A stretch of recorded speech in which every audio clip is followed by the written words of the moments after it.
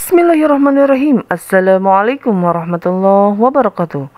Jumpa lagi dengan channel Doa 69. Mudah-mudahan kalian semuanya selalu sehat walafiat, panjang umurnya, banyak rezekinya, dipermudah segala urusannya, diampuni dosa-dosanya, dan kelak di akhirat menjadi penghuni surganya Allah Subhanahu wa Ta'ala. Amin Allahumma amin.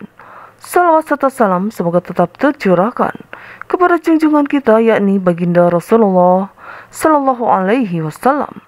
Allahumma salli ala Sayyidina Muhammad wa ala ali Sayyidina Muhammad. Sahabat Doa 69, hubungan antara umat Islam dan Bani Israel memiliki sejarah yang panjang dan kompleks, mulai dari era Nabi Musa, kemudian Nabi Daud, dan Nabi Sulaiman, hingga saat ini. Dalam beberapa kasus, hubungan ini telah digambarkan sebagai saling menghormati dan damai. Sementara dalam kasus lain, hubungan ini telah penuh dengan konflik dan ketegangan dari masa Nabi Daud dan Nabi Sulaiman. Bani Israel mengalami berbagai masa kejayaan dan kemunduran di era modern. Mereka kembali bangkit sebagai sebuah negara yang memiliki pengaruh besar dalam berbagai aspek kehidupan global, termasuk politik dan teknologi. Namun bangkitnya kembali Bani Israel juga menjadi pusat konflik dan kontroversi, terutama mengenai tanah dan wilayah di Timur Tengah. Menariknya, Surah Al-Isra ayat 4-10 menggambarkan peringatan dari Allah kepada Bani Israel tentang kuasa di mana mereka akan membuat kerusakan di muka bumi. Ayat-ayat ini dianggap sebagai landasan teologis dan sejarah yang penting untuk memahami dinamika antara Bani Israel dan umat Islam, serta apa yang bisa diambil sebagai pelajaran. Dalam video ini, kita akan menjelajahi berbagai aspek dari hubungan ini, mulai dari kejayaan Bani Israel di masa lalu, peran mereka di era modern, kronologi awal konflik Palestina Israel, serta apa yang bisa diambil sebagai pelajaran bagi umat muslim dari surah Al-Isra ayat 4-10. Sebelumnya, mari kita baca apa yang diceritakan oleh Allah pada surah Al-Isra ayat 4-10.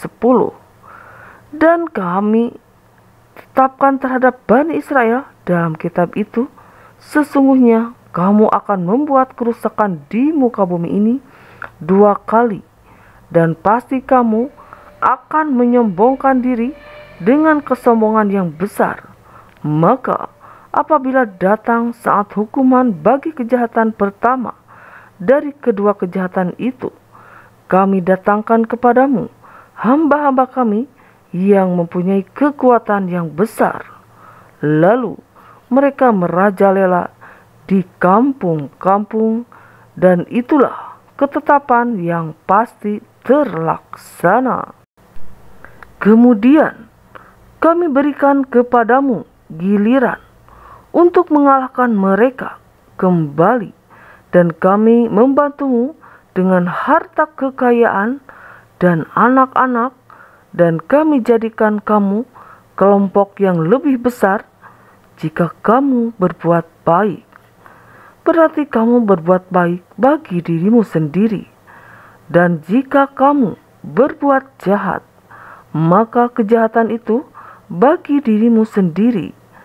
Dan apabila datang saat hukuman bagi kejahatan yang kedua, kami datangkan orang-orang lain untuk menyuramkan muka-muka kamu, dan mereka masuk ke dalam masjid sebagaimana musuh-musuhmu memasukinya pada kali pertama, dan untuk membinasakan sehabis-habisnya apa saja yang mereka kuasai. Mudah-mudahan Tuhanmu akan melimpahkan rahmat-Nya kepadamu, dan sekiranya kamu kembali kepada kedurhakaan, niscaya kami kembali mengazabmu, dan kami jadikan neraka jahanam penjara bagi orang-orang yang tidak beriman.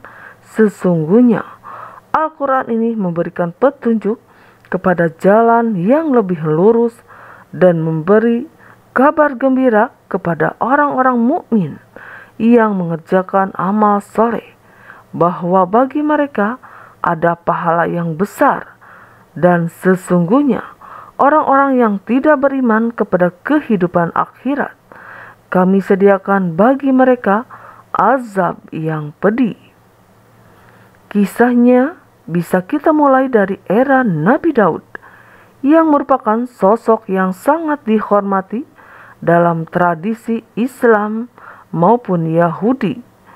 Dia bukan hanya seorang nabi, tetapi juga seorang raja yang berhasil menyatukan Bani Israel dan membawa era kejayaan bagi mereka. Nabi Daud dikenal sebagai penguasa yang adil dan dikaruniai suara yang indah dalam menuntutkan zikir dan pujian kepada Allah. Kejayaan Bani Israel tidak berhenti pada masa Nabi Daud, putranya Nabi Sulaiman melanjutkan kepemimpinan ayahnya dan membawa Bani Israel ke puncak kejayaan. Dia dikenal karena kebijaksanaannya yang luar biasa, dan Allah mengaruniainya kemampuan untuk berkomunikasi dengan berbagai jenis makhluk, termasuk binatang dan jin. Di bawah kepemimpinan Nabi Daud dan Nabi Sulaiman, kerajaan Israel berkembang menjadi salah satu kekuatan besar di Timur Tengah. Mereka berhasil membangun hubungan baik dengan negara-negara tetangga yang mengembangkan perekonomian yang kuat, yang didukung oleh kekayaan alam dan inovasi teknologi pada masa itu. Salah satu aspek yang membuat Nabi Sulaiman sangat dikenal adalah legenda tentang cincin Sulaiman yang dikenal memiliki kekuatan magis. Meskipun fokus utama kita adalah pada ajaran dan sejarah yang lebih konkret, legenda ini menggambarkan bagaimana Nabi Sulaiman menjadi simbol kekuatan dan kebijaksanaan yang bersumber dari iman dan takwa kepada Allah. Kejayaan ini menjadi penting dalam konteks surah Al-Isra ayat 4-10.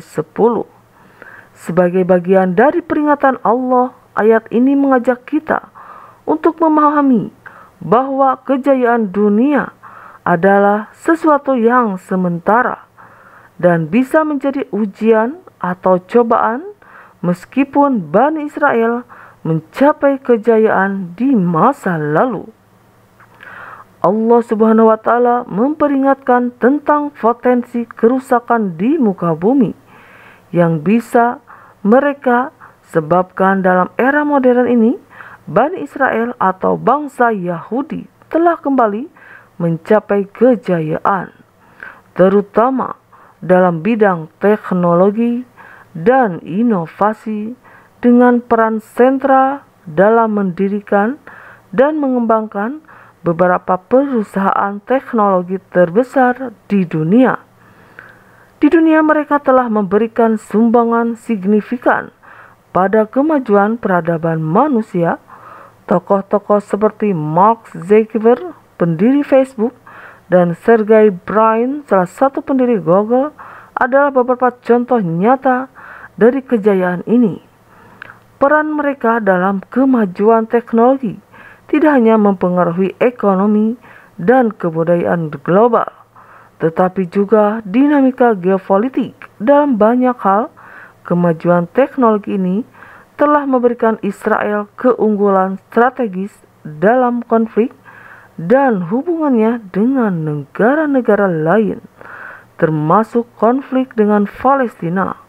peringatan dari Allah yang disampaikan dalam surah Al-Isra ayat 4-10 menjadi semakin relevan dalam konteks kejayaan Bani Israel di era modern. Ayat ini memperingatkan tentang potensi kearogan dan kerusakan di muka bumi. Salah satu aspek yang membuat Nabi Sulaiman sangat dikenal adalah legenda tentang cincin Sulaiman yang dikenal memiliki kekuatan magis.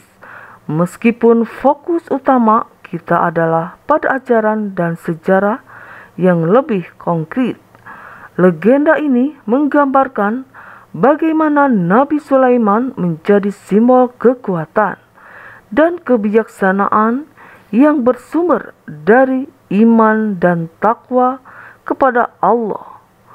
Kejayaan ini menjadi penting dalam konteks surah Al-Isra ayat 4-10.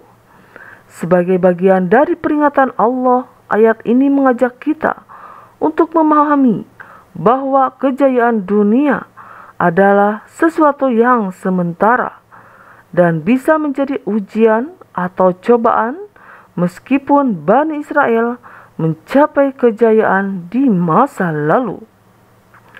Allah Subhanahu wa Ta'ala memperingatkan tentang potensi kerusakan di muka bumi yang bisa mereka sebabkan dalam era modern ini. Bani Israel atau bangsa Yahudi telah kembali mencapai kejayaan, terutama dalam bidang teknologi dan inovasi, dengan peran sentral dalam mendirikan dan mengembangkan beberapa perusahaan teknologi terbesar di dunia. Di dunia mereka telah memberikan sumbangan signifikan pada kemajuan peradaban manusia. Tokoh-tokoh seperti Mark Zuckerberg, pendiri Facebook, dan Sergey Brin, salah satu pendiri Google, adalah beberapa contoh nyata dari kejayaan ini. Peran mereka dalam kemajuan teknologi tidak hanya mempengaruhi ekonomi dan kebudayaan global, tetapi juga dinamika geopolitik. Dalam banyak hal, kemajuan teknologi ini telah memberikan Israel keunggulan strategis dalam konflik dan hubungannya dengan negara-negara lain, termasuk konflik dengan Palestina. Peringatan dari Allah yang disampaikan dalam surah Al-Isra ayat 4-10 menjadi semakin relevan dalam konteks kejayaan Bani Israel di era modern.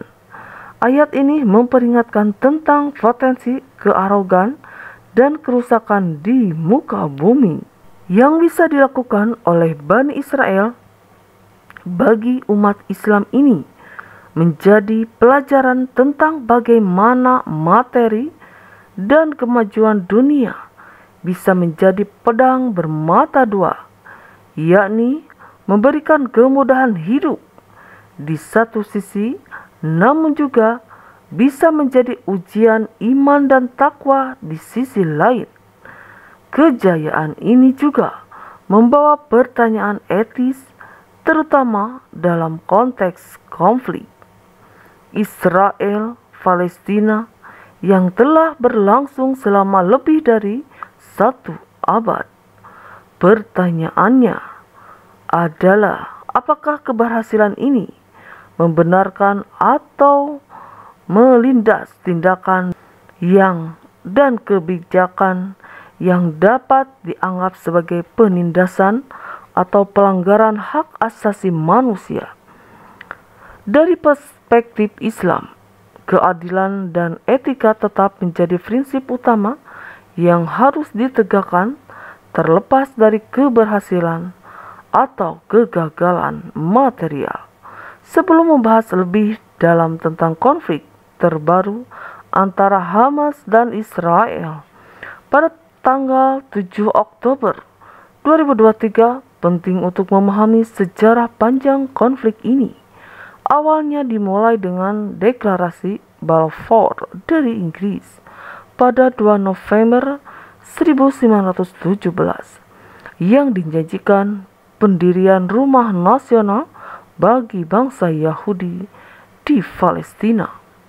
Langkah ini diperparah oleh rekomendasi PBB pada tahun 1947 untuk membagi Palestina menjadi dua negara, satu untuk Yahudi dan satu untuk Arab Palestina. Rencana ini ditolak oleh Arab Palestina dan memicu perang pada tahun 1948 yang berakhir dengan pendirian negara Israel. Selain itu, intifada dan pemberontakan yang dilakukan oleh Palestina terjadi beberapa kali. Pertama kali di Jalur Gaza pada Desember tahun 1998 dan kedua pada September tahun 2000. Kedua pemberontakan ini menunjukkan ketidakpuasan dan perlawanan rakyat Palestina terhadap kebijakan dan tindakan Israel. Barulah kemudian, pada tanggal 7 Oktober tahun 2023, sebuah eskalasi besar terjadi antara Hamas dan Israel. Konflik ini telah menyebabkan kerugian nyawa dan penderitaan di kedua belah pihak. Namun, dari perspektif keimanan, konflik ini dapat dianggap sebagai pelaksanaan dari peringatan dalam surah Al-Isra. Ini juga menegaskan urgensi untuk berpegang pada nilai-nilai keadilan dan etika dalam mengenai konflik. Negara-negara Barat, terutama Amerika Serikat, cenderung mendukung Israel baik secara politik maupun militer. Sebaliknya, banyak negara mayoritas Muslim dan organisasi internasional seperti Liga Arab dan Organisasi Kerjasama Islam menyatakan dokumen mereka terhadap Palestina. Namun, dokumen ini seringkali terbatas pada retorika tanpa diikuti tindakan substantif dan mempengaruhi dinamika. Konflik tanggapan internasional terhadap konflik ini juga dapat dilihat dari berbagai resolusi PBB dan usaha mediasi yang telah diusahakan, meskipun seringkali berakhir tanpa hasil nyata. Ini menunjukkan kompleksitas dan kepekaan isu ini di mata dunia. Selain itu, usaha-usaha damai seperti kesepakatan Oslo atau rencana dua negara untuk dua bangsa juga belum berhasil menyelesaikan konflik ini. Dalam konteks ini, peran umat Islam menjadi sangat penting, tidak hanya sebagai pihak yang mendukung Palestina, akan tetapi juga sebagai pihak yang harus aktif berkontribusi dalam cara solusi damai dan adil.